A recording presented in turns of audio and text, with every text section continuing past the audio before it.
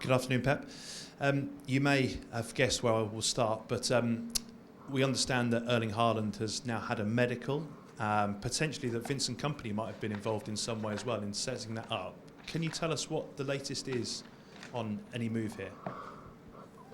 Well, everybody knows the situation, but I should not talk because I don't like to talk about the future next season, and but in the same time I should say something. But Borussia Dortmund and Man City told me that it's not allowed me to say anything until the deal is completely done. So I cannot talk. I'm sorry.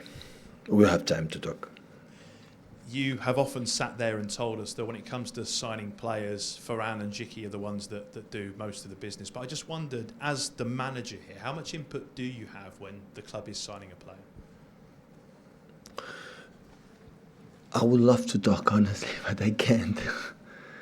They tell me don't say anything until for the legal actions or legal situation that it's far away from my perspective. So we will have time to talk about that. Not because I don't want, because I can't. Can I ask you then finally about your team? Obviously you're coming up against a difficult Wolves side, but you have issues, shall we say, defensively. Can you tell us the health of your squad at the moment? How many defenders you have? Nothing changed after the game against Newcastle, and we are who we are, and we're going to the last three games with the players that we have, and go for it. So we have a problem in one department, the other one is going to solve it. So go for it. Pep, what are your thoughts on Wolves, the style of play? Because I know before last weekend, people outside of Wolves were suggesting they didn't have a lot to play for, but given the way they fought to the end against Chelsea, it suggests that they believe they do. Honestly, it's not about the last result, that it was really good in Stamford Bridge. It's always Wolves, since it was promoted in the Premier League, always.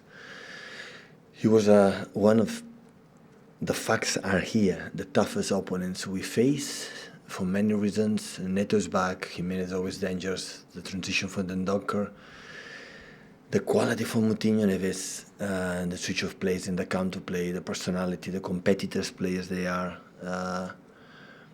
the back five that many years playing in the system, the toughest away games we'll have in the season, and we have right now, but in the same time, so we know how important it is. Hopefully we recover well after the last week, not just Newcastle game, Madrid and everything, so when we can do a good game. This is the most important thing in our heads right now, today in the training here, myself. Does how Liverpool play tonight, or the way their game goes, have any bearing on the way you approach this game? Nothing changed. The result, we cannot control Aston Villa, Liverpool, so. Just the final one from me. How much do you relish the test, the challenge that Liverpool provide, that Jurgen Klopp and his team push you to the very end? How much do you relish that? It's going to happen. Hopefully we can push them too.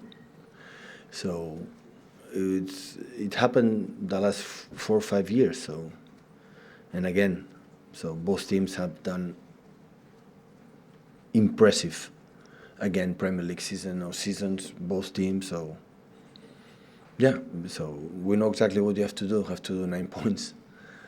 So to be there, and we're going to try.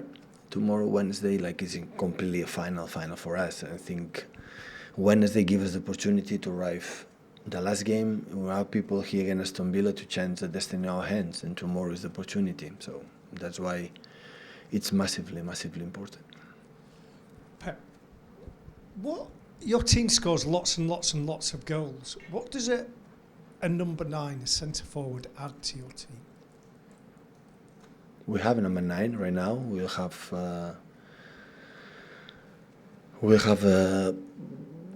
I guess new players in the squad. Some players for the academy come up definitely for the first team next season, and the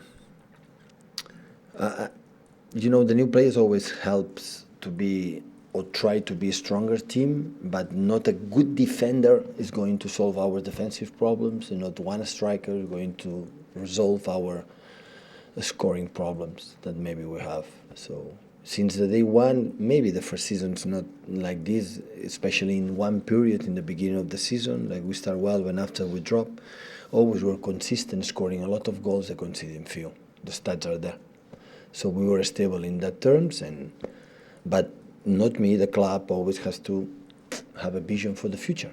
And that's why the decisions the club take, always I am completely aware and supportive 100%. And just in terms of your team and where you are now, do you think people underestimate how hard it is to win the Premier League? Because you were going for a lot of trophies, because Liverpool were going for a quadruple. People talk about that as though that's an aim and almost forget that the Premier League is really, really difficult. Yeah, we are new in this. As a club, the last decade, 12, 30 years, we are new in that being there. That is normal still in the mindset for everyone, even for ourselves, to be, what we are doing. Only I can say that we know inside staff, backroom staff, the chairman, the owner, CEO, sport director, all the people working, we know exactly how difficult it is and how proud we are what we are doing. What we have done, we are doing, and hopefully in the future we will continue doing. So we know exactly how difficult it is. After that, the opinions, we are absolutely acceptable. Important is what we think. And I know it's impressive. Honestly, it's so impressive what we have done, especially in the Premier League. Like, everybody knows how difficult it is.